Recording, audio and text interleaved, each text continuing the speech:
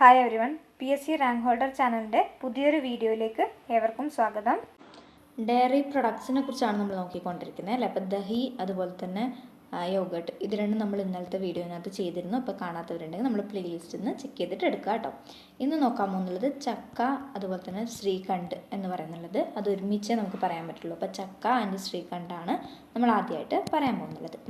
അപ്പോൾ ഇവിടെ ചക്ക എന്ന് പറയുമ്പോൾ എന്താണ്, നമ്മുടെ ജാക്ക് ഫ്രൂട്ട് എന്ന് പറയുന്ന ചക്കയല്ല, ഇവിടെ ഫെർമെൻറ്റഡ് ആയിട്ടുള്ള, നമ്മൾ ഫെർമെൻറ്റഡ് മിൽക്ക് പ്രൊഡക്ട്സ് അല്ലേ പറഞ്ഞുകൊണ്ടിരിക്കുന്നത്. അപ്പോൾ അതിനകത്ത് ഫെർമെൻറ്റഡ് ആയിട്ടുള്ള ഒരു ഫെർമെൻറ്റഡ് ആൻഡ് കോൺസെൻട്രേറ്റഡ് മിൽക്ക് പ്രൊഡക്റ്റാണ് ഏത് എന്ന് പറയുന്നത്. കോൺസെൻട്രേറ്റഡ് മിൽക്ക് പ്രൊഡക്റ്റാണ് നമ്മൾ ഈ പറഞ്ഞ ചക്ക. ആദ്യം നമ്മൾ ചക്കയാണ് പറയുന്നത് കേട്ടോ, അതിനുശേഷം ശ്രീഖണ്ഡിലോട്ട് പോവാം. അപ്പോൾ ചക്ക എന്ന് പറയുമ്പോൾ എന്താണ്, ഫെർമെൻറ്റഡ് അതുപോലെ തന്നെ കോൺസെൻട്രേറ്റഡ് മിൽക്ക് പ്രൊഡക്റ്റ് ആണ്. ഇതെങ്ങനെയാണ് നമുക്ക് കിട്ടുന്നുള്ളത്? It is obtained by partial removal. എന്താണ്? Partial removal of the whey. ഒന്നെങ്കിൽ നമുക്ക് കംപ്ലീറ്റ് റിമൂവ് ചെയ്യാം, അല്ലെങ്കിൽ നമുക്ക് പാർഷ്യൽ റിമൂവ് ചെയ്യാം. Partial removal of the whey from the dahi. നമ്മൾ പഠിച്ച ദഹിയിലെ ആ ദഹിയിൽ നിന്ന് അല്ലെങ്കിൽ നമ്മുടെ യോഗട്ടിൽ നിന്ന് നമുക്ക് എന്ത് ചെയ്യണം? ആ വേ എന്ന് പറഞ്ഞാൽ എന്താണ്? ഒരു പ്രോട്ടീനാണ് അല്ലേ. നമ്മുടെ മിൽക്കിൻ്റെ കോൺസ്റ്റിറ്റ്യുവൻസ് പറഞ്ഞപ്പോൾ ഒക്കെ നമ്മൾ പറഞ്ഞിട്ടുണ്ടായിരുന്നു. അപ്പോൾ ഈ കസീനെ നമ്മുടെ വേനെ നമ്മൾ എന്ത് ചെയ്യണം? പാർഷ്യലി അല്ലെങ്കിൽ കംപ്ലീറ്റ് റിമൂവ് ചെയ്യണം. എവിടെ നിന്ന്? ദഹിയിൽ നിന്ന്. അപ്പം നമുക്ക് കിട്ടുന്ന ആ സാധനത്തിനെയാണ് നമ്മൾ എന്തെന്ന് പറയുക? ചക്ക എന്ന് പറയുക. മനസ്സിലായാലും നിങ്ങളൊന്ന് ഓർത്ത് നോക്കിയേ. ആ വേ എന്ന് പറയുമ്പോൾ ആ വാട്ടർ കണ്ടന്റ് അല്ലേ വേ എന്ന് പറയുമ്പോൾ. അപ്പോൾ ആ വാട്ടർ പോലുള്ള ആ സാധനം നമ്മൾ റിമൂവ് ചെയ്താൽ നമുക്ക് ബാക്കിയായിട്ട് എന്താ കിട്ടുന്നുള്ളത്? അതിനെയാണ് നമ്മൾ എന്തെന്ന് പറയുക? ചക്ക എന്ന് പറയുക. അപ്പോൾ എന്താണ് ഇതിൻ്റെ നിറം എന്തായിരിക്കും? ഒരു വൈറ്റ് അതുപോലെ തന്നെ ഒരു പെയിൽ യെല്ലോ കളറായിരിക്കും. കംപ്ലീറ്റ് യെല്ലോ അല്ല, ഒരു പെയിൽ യെല്ലോ കളറായിരിക്കും. അതുപോലെ തന്നെ ഒരു സെമി സോളിഡ് കൺസിസ്റ്റൻസിയിലായിരിക്കും ഉണ്ടാവുക. എന്താണ്, നമ്മൾ പാർഷ്യലായിട്ടൊക്കെ റിമൂവ് ചെയ്യുമ്പോൾ ഒരു സെമി സോളിഡ് കൺസിസ്റ്റൻസിയിലാണ് ഇത് നമുക്ക് ഉണ്ടാവുക. ഓക്കെ ആണല്ലോ. പിന്നെ എന്താണ്, ഒരു സ്മൂത്ത് ആയിരിക്കണം. ഒരിക്കലും അത് ഡ്രൈ ഫോമിൽ നമുക്ക് വരാൻ പാടില്ല, അതായത് സോളിഡ് ഫോമിലോട്ട് വരാൻ പാടില്ല. സ്മൂത്ത് ഫോമിലാണ് എപ്പോഴും ഉണ്ടാവേണ്ടത് നമ്മുടെ ഈ ചക്ക ഉണ്ടാവേണ്ടത്. ഈ ചക്ക ഉപയോഗിച്ചുകൊണ്ടാണ് നമ്മൾ ശ്രീഖണ്ഡ് ഉണ്ടാക്കുന്നുള്ളത്. എന്താണ്, ചക്ക ഉപയോഗിച്ചുകൊണ്ടാണ് ശ്രീഖണ്ഡ് നമ്മൾ ഉണ്ടാക്കുന്നുള്ളത്. അപ്പോൾ നമ്മൾ ഒരു 1000 ഗ്രാം ഓഫ് മിൽക്ക് എടുക്കുകയാണ്. 1000 ഗ്രാം ഓഫ് മിൽക്ക് എടുത്താൽ നമുക്ക് അതിനകത്തുനിന്ന് ആ വേ പ്രോട്ടീൻ റിമൂവ് ചെയ്യുമ്പോൾ നമുക്ക് 650 ഗ്രാം ഓഫ് ചക്ക കിട്ടും. എന്ത് കിട്ടും? ദ yield ഓഫ് ചക്ക produced traditionally is about 650 gram per 1000 gram. 1000 gram of milk എടുത്താൽ നമുക്ക് 650 ഗ്രാം നമുക്ക് അതിൽ നിന്ന് കിട്ടും. അപ്പോൾ എന്താ നമ്മൾ പറഞ്ഞാൽ, നമ്മുടെ ദഹി അല്ലെങ്കിൽ യോഗട്ടിൽ നിന്ന് നമ്മൾ എന്ത് ചെയ്യണം? നമ്മുടെ ഫെർമെൻറ്റഡ് ആയിട്ടുള്ള ഒരു മിൽക്ക് പ്രൊഡക്റ്റാണ് ദഹി അല്ലേ.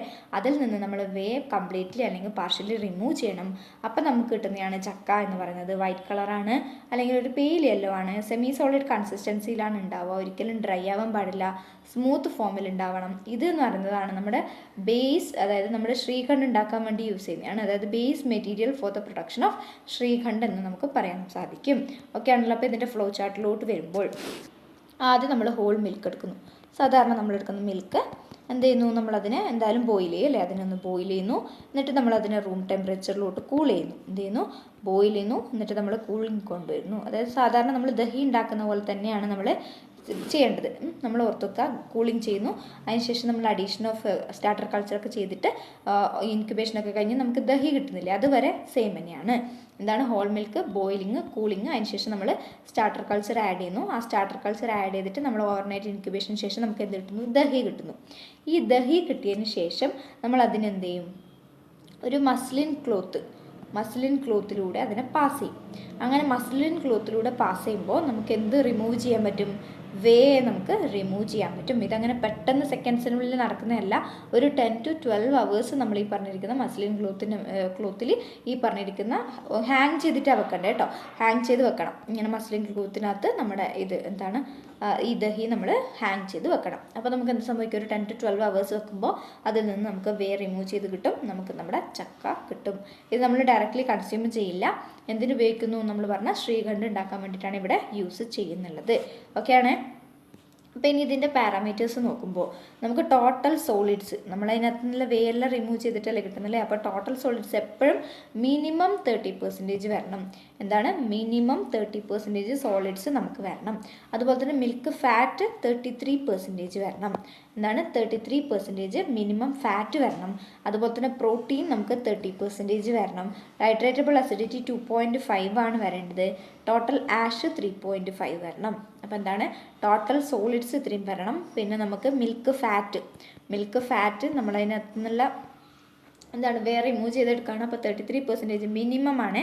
മിനിമം ഒരു ഡ്രൈ ബേസിസിൽ എടുക്കുകയാണെങ്കിൽ. അതേപോലെ തന്നെ മിൽക്ക് പ്രോട്ടീനും നമുക്ക് 30% വരണം. ഇത് ടൈട്രേറ്റബിൾ അസിഡിറ്റി ആണ്. ഇത് ആഷ് കണ്ടൻറ്റ്.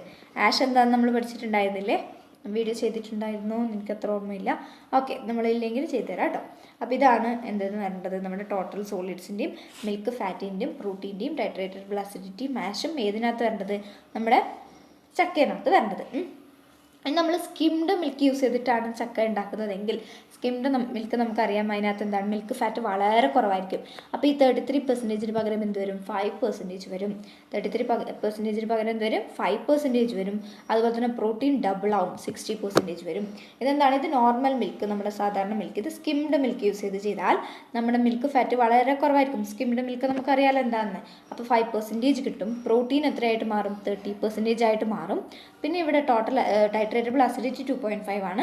ഇതൊരു 5 ഒക്കെ വരും, 5 ഒക്കെ വരും. ആഷ് കണ്ടൻറ്റ് ഒരു 5 വരും. ടോട്ടൽ സോളിഡ്സ് 20% ആയിരിക്കും. അപ്പോൾ സ്കിംഡ് മിൽക്കിൽ നിന്ന് ഉണ്ടാക്കുന്ന ചക്കയും അതുപോലെ തന്നെ അല്ലാണ്ട് നമ്മൾ നോർമൽ മിൽക്കിൽ നിന്ന് ഉണ്ടാക്കുന്ന ചക്കയാണ് ഇവിടെ പറഞ്ഞത്. അതിനകത്ത് എന്താ വ്യത്യാസം, മെയിനായിട്ട് മിൽക്ക് ഫാറ്റിൽ വ്യത്യാസം വരുമല്ലോ. സ്കിംഡ് മിൽക്ക് എന്ന് പറയുമ്പോൾ എത്ര ഉണ്ടാവാൻ പാടുള്ളൂ, 5% മാത്രമേ ഉണ്ടാവാൻ പാടുള്ളൂ. പ്രോട്ടീൻ ഡബിളായി 30%-ൽ നിന്ന് 60% ആയിട്ട് നമ്മുടെ പ്രോട്ടീൻ മാറുന്നു. അപ്പോൾ ചക്കേനെ കുറിച്ച് നമുക്കെല്ലാം മനസ്സിലായല്ലോ.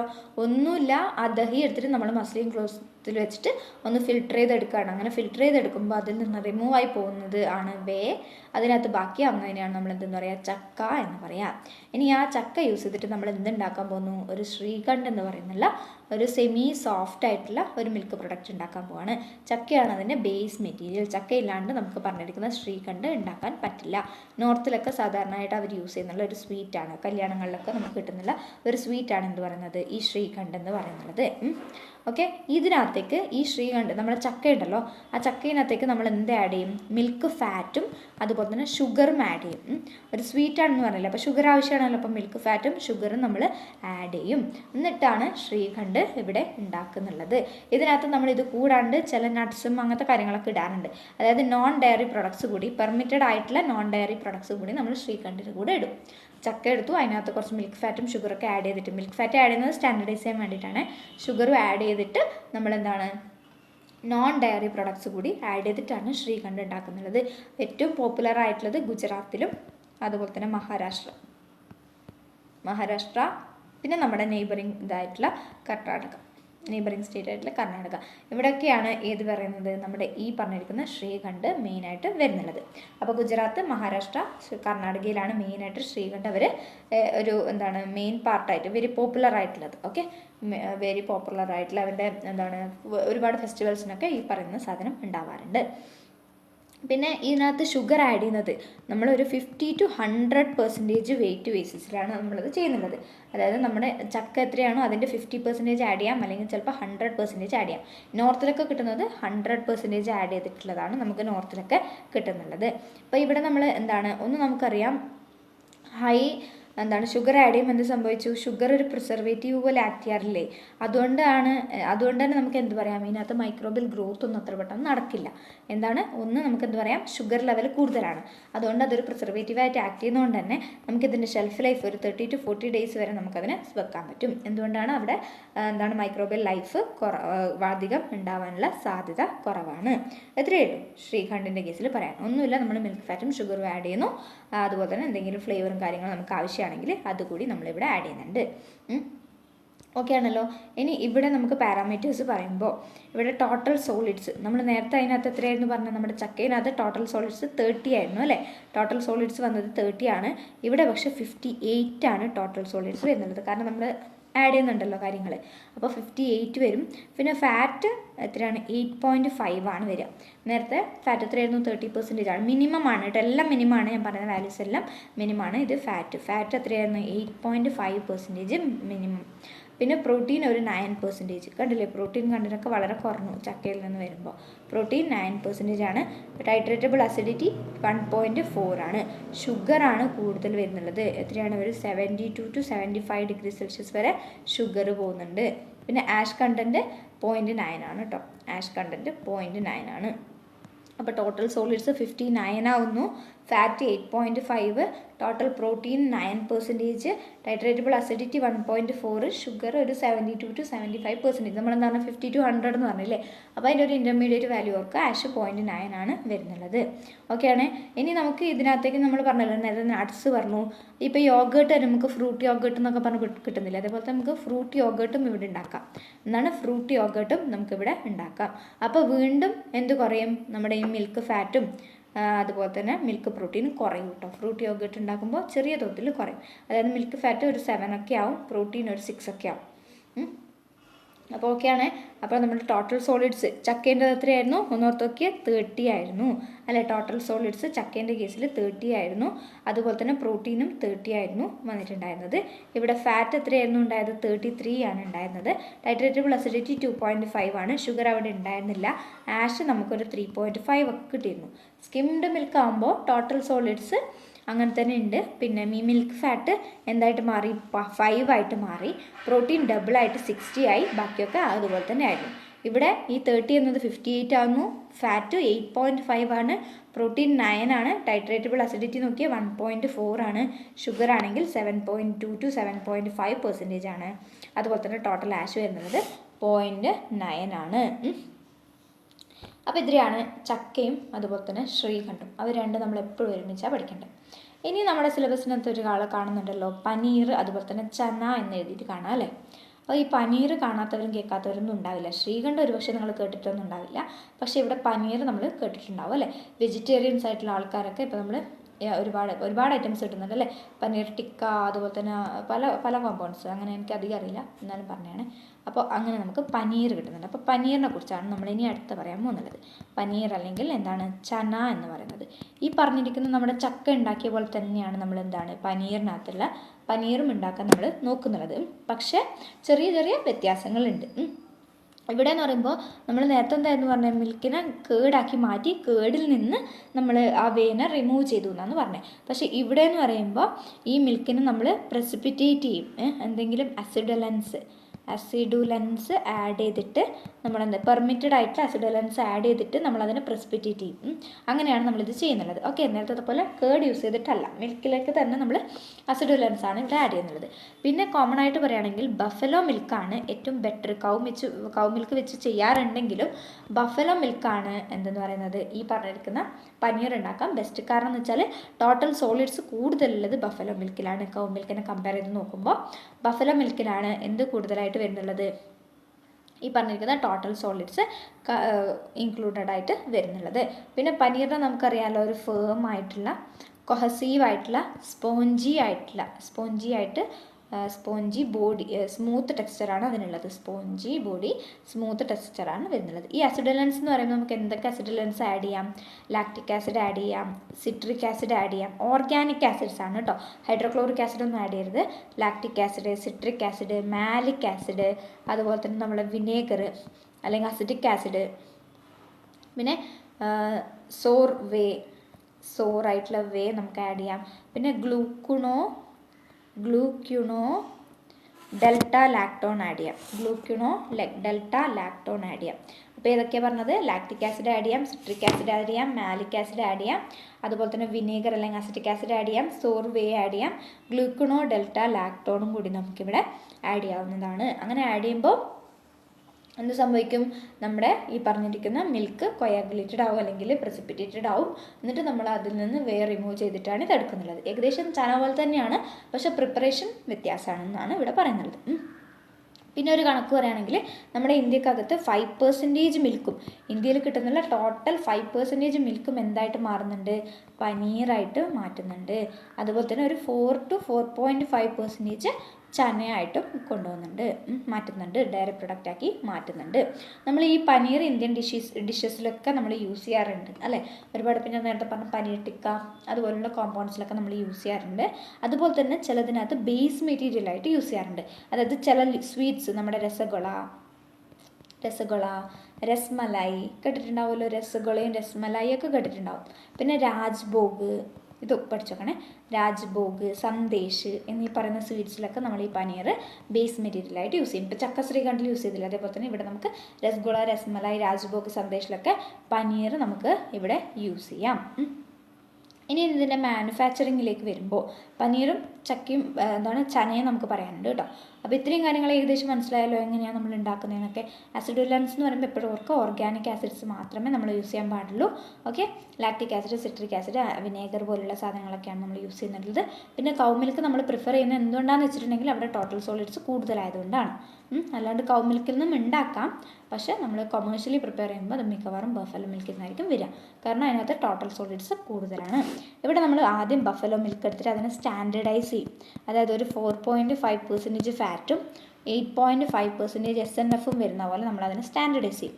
എന്താണ് ആദ്യം നമ്മൾ സ്റ്റാൻഡേർഡൈസ് ചെയ്യുന്നു. 4.5% ഫാറ്റും അതുപോലെ തന്നെ 8.5% SNF ആയിട്ട് നമ്മൾ സ്റ്റാൻഡേർഡൈസ് ചെയ്തിട്ട് ഇതിനൊന്ന് 90 ഡിഗ്രി സെൽഷ്യസിൽ നമ്മൾ ഹീറ്റ് ചെയ്യും. 90 ഡിഗ്രി സെൽഷ്യസിൽ ഹീറ്റ് ചെയ്യും. അതിനുശേഷം നമ്മൾ സ്ലോലി നമ്മുടെ കൊയാഗുലേഷനാണ് ചെയ്യുന്നുള്ളത്. കൊയാഗുലേഷൻ എന്ന് പറയുമ്പോൾ ആസിഡ് എടുത്ത് അങ്ങനെ ഒഴിക്കുകയാണോ ചെയ്യുന്നുള്ളത്, അല്ല. സ്ലോലി നമ്മൾ 1% ആസിഡ്, ലാക്റ്റിക് ആസിഡ് ആവാം, സിട്രിക് ആസിഡ് ആവാം. കോമൺലി നമ്മൾ സിട്രിക് ആസിഡ് ആണെന്ന് പറയാം. സിട്രിക് ആസിഡ് നമ്മൾ സ്ലോലി, അതായത് ഇങ്ങനെ ഇളക്കിക്കൊണ്ട് വിത്ത് കോൺസ്റ്റൻറ്റ് സ്റ്റിറിങ് നമ്മളിങ്ങനെ 1% ആസിഡ് സൊല്യൂഷൻ ഇങ്ങനെ സ്ലോയിട്ട് ആഡ് ചെയ്തുകൊണ്ടേയിരിക്കും. സ്ലോ ആണ്, അതുപോലെ തന്നെ കോൺസ്റ്റൻ്റ് ആയിട്ട് സ്റ്റിർ ആയതുകൊണ്ട് നമ്മളിങ്ങനെ ചെയ്തുകൊണ്ടിരിക്കും. അപ്പോൾ ഇങ്ങനെ ചെയ്യുമ്പോൾ നമുക്ക് മനസ്സിലാവും എന്താണ് വേ കറക്റ്റ് സെപ്പറേറ്റഡ് ആവുന്നുണ്ട്. ആ ഒരു സ്റ്റേജ് വരെ നമ്മളെന്താണ് ഇതിങ്ങനെ ചെയ്തുകൊണ്ടേയിരിക്കും. അതിനുശേഷം ആ കൊയാഗുലം ഉണ്ടല്ലോ, അതായത് വേ സെപ്പറേറ്റഡ് ആയി പോയി, ആ കൊയാഗുലത്തിനെ നമ്മളെന്താണ് സെറ്റിൽ ചെയ്യാൻ വെക്കും. എന്നിട്ട് വേനെ നമ്മൾ റിമൂവ് ചെയ്ത് കളയും. വേ നമ്മൾ ഒഴിവാക്കുകയാണ്, കൊയാഗുലം നമ്മൾ എടുക്കുകയാണ്. അതിനുശേഷം നമ്മൾ ഈ പറഞ്ഞ മസ്ലിൻ ക്ലോത്ത് അതിനകത്തേക്ക് വെച്ചിട്ട് നമ്മളവിടെ സെറ്റിൽ ചെയ്യാൻ വിടും. ഓക്കെ, മസ്ലിൻ ക്ലോത്ത് അല്ലെങ്കിൽ ചീസ് ക്ലോത്ത് എന്ന് പറയുന്ന ആ ചീസ് ക്ലോത്തിൽ നമുക്ക് വെക്കും. അപ്പോൾ ആകുമ്പോൾ ആ സമയത്താകുമ്പോൾ നമ്മുടെ ഈ വേ കംപ്ലീറ്റ് പോയിട്ടുണ്ടാവും. എന്നിട്ട് ഈ മസ്ലിൻ ക്ലോത്തിനകത്ത് നമ്മളിത് വെക്കും. അതിന് മേലെ കുറച്ച് പ്രഷറും കൊടുക്കും. നമ്മൾ ചനേൻ്റെ കേസിൽ പ്രഷർ കൊടുത്തിട്ടുണ്ടായിരുന്നില്ല, പക്ഷേ ഇവിടെ നമ്മൾ പ്രഷർ കൊടുക്കും. പ്രഷർ കൊടുക്കുമ്പോഴാണ് അത് കുറച്ച് ഹാർഡായിട്ട് മാറുന്നത്. ചന വളരെയധികം സോഫ്റ്റ് ആയിരുന്നു, ഇവിടെ അത്ര സോഫ്റ്റ് അല്ല, കാരണം ഈ പ്രഷർ ബ്ലോക്ക് നമ്മളവിടെ കൊടുക്കുന്നുണ്ട്. ഓക്കെ, പ്രഷർ ബ്ലോക്ക് അതിൽ നിന്ന് റിമൂവ് ചെയ്തതിന് ശേഷം നമ്മൾ ഈ പറഞ്ഞിരിക്കുന്ന നമ്മുടെ നമുക്ക് ഇപ്പോൾ കിട്ടിയ ആ കൊയാഗുലുണ്ടല്ലോ, അതിനെ നമ്മൾ ചിൽഡ് വാട്ടറിലേക്ക് വെക്കും, തണുത്ത വെള്ളത്തിലേക്ക് വെക്കും. അതായത് ഒരു 4 ഡിഗ്രി സെൽഷ്യസിലൊക്കെ താഴെയുള്ള വെള്ളത്തിൽ 2 to 3 hour നമ്മൾ വെക്കും. അങ്ങനെ വെച്ചതിന് ശേഷം അവിടെ നിന്ന് നമ്മൾ പനീർ എടുത്തിട്ട് വാട്ടറൊക്കെ റിമൂവ് ചെയ്തിട്ട് ഡ്രെയിൻ ചെയ്തെടുക്കും. എന്നിട്ട് അതിന് നമ്മളൊരു പേപ്പർ വെച്ചിട്ട്, പാർച്ച്മെൻറ്റ് പേപ്പറോ അല്ലെങ്കിൽ പോളിയെത്തിലീൻ ബാഗോ വെച്ചിട്ട് കവർ ചെയ്യും, റാപ്പ് ചെയ്തിട്ട് ഒരു കോൾഡ് റൂമിൽ വെക്കും. ഇതാണ് നമ്മുടെ റാപ്പ് ചെയ്യും. അതാണ് നമ്മുടെ പനീർ എന്ന് പറയുന്നത്. എന്താ ചെയ്തത്, നമ്മൾ ആദ്യം ബഫലോ മിൽക്ക് എടുക്കുന്നു, എന്നിട്ട് സ്റ്റാൻഡേർഡൈസ് ചെയ്യുന്നു. 4.5% ഫാറ്റും 8.5% SNFും വരുന്ന പോലെ സ്റ്റാൻഡേർഡൈസ് ചെയ്യുന്നു. എന്നിട്ട് ഒരു ഹീറ്റിംഗ് ആണ്, 90 ഡിഗ്രി സെൽഷ്യസ് വരെ നമ്മളത് ഹീറ്റ് ചെയ്യുന്നു. അതിനുശേഷം നമ്മൾ കൊയാഗുലേഷനാണ് ചെയ്യുന്നത്. ഈ കൊയാഗുലേഷൻ ഒരു 70 ഡിഗ്രി സെൽഷ്യസിലൊക്കെയാണ് കേട്ടോ നമ്മൾ ചെയ്യുന്നത്.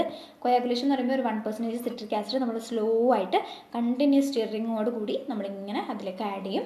അങ്ങനെ ആഡ് ചെയ്യുമ്പോൾ നമുക്ക് കാണാൻ പറ്റും വേ സെപ്പറേറ്റഡ് ആയി പോകുന്നത് നമുക്കിങ്ങനെ കാണാൻ പറ്റും. സെപ്പറേറ്റഡ് ആയിട്ട് പോകുന്നതല്ല, അതിനകത്ത് തന്നെ വേ സെപ്പറേറ്റഡ് ആയിട്ട് വരുന്നത് നമുക്ക് കാണാൻ സാധിക്കും. അതിനുശേഷം എന്തായാലും നമ്മൾ വേനെ റിമൂവ് ചെയ്യും, കൊയാഗുലത്തിനെ മാത്രം എടുക്കും. എന്നിട്ട് ആ കൊയാഗുലത്തിനെ നമ്മളൊരു മസ്ലിൻ ക്ലോത്തിൽ വെച്ചിട്ട് അല്ലെങ്കിൽ ഒരു ചീസ് ക്ലോത്തിൽ വെച്ചിട്ട് ഒരു പ്രഷർ ബ്ലോക്ക് അവിടെ അപ്ലൈ ചെയ്യും. അപ്പോൾ എന്ത് സംഭവിക്കും, അതൊന്ന് ഫേം ആയിട്ട് വരും, അതായത് ഒന്ന് ഉറച്ചു വരും. അതിനകത്തുള്ള മൊത്തം വേം പോയിട്ട് ഫേം ആയിട്ട് വരും.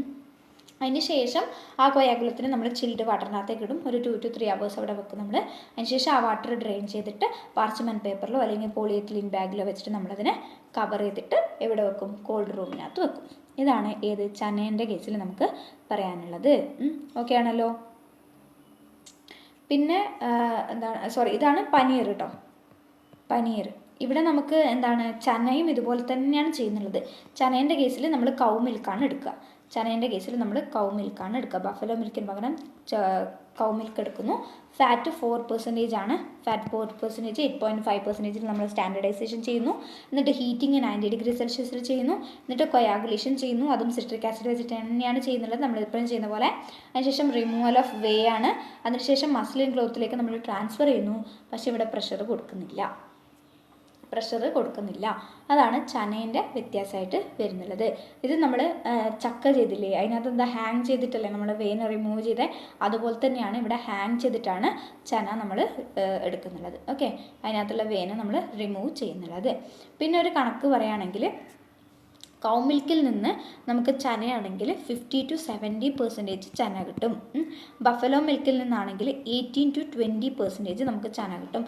പക്ഷേ നമ്മൾ കോമൺലി കൗ മിൽക്കാണ് യൂസ് ചെയ്യുക. 15 to 70% ചന കിട്ടും.